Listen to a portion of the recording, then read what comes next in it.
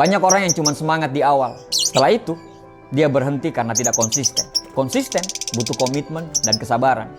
Konsisten butuh keberanian. Konsisten adalah kunci. Kalau kita tidak konsisten, seberapa hebat pun kita, maka kita tidak akan menjadi apa-apa. Jika sesuatu Anda anggap serius, maka konsistenlah.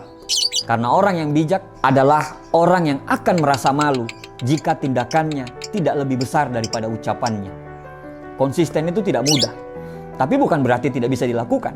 Mulai saja dulu. Mulai dari hal-hal yang kecil. Mulai dari hal-hal yang mudah. Terus menerus secara konsisten. Siapkan dirimu untuk menikmati setiap tanjakan yang akan Anda lalui. Nikmati perjalanan.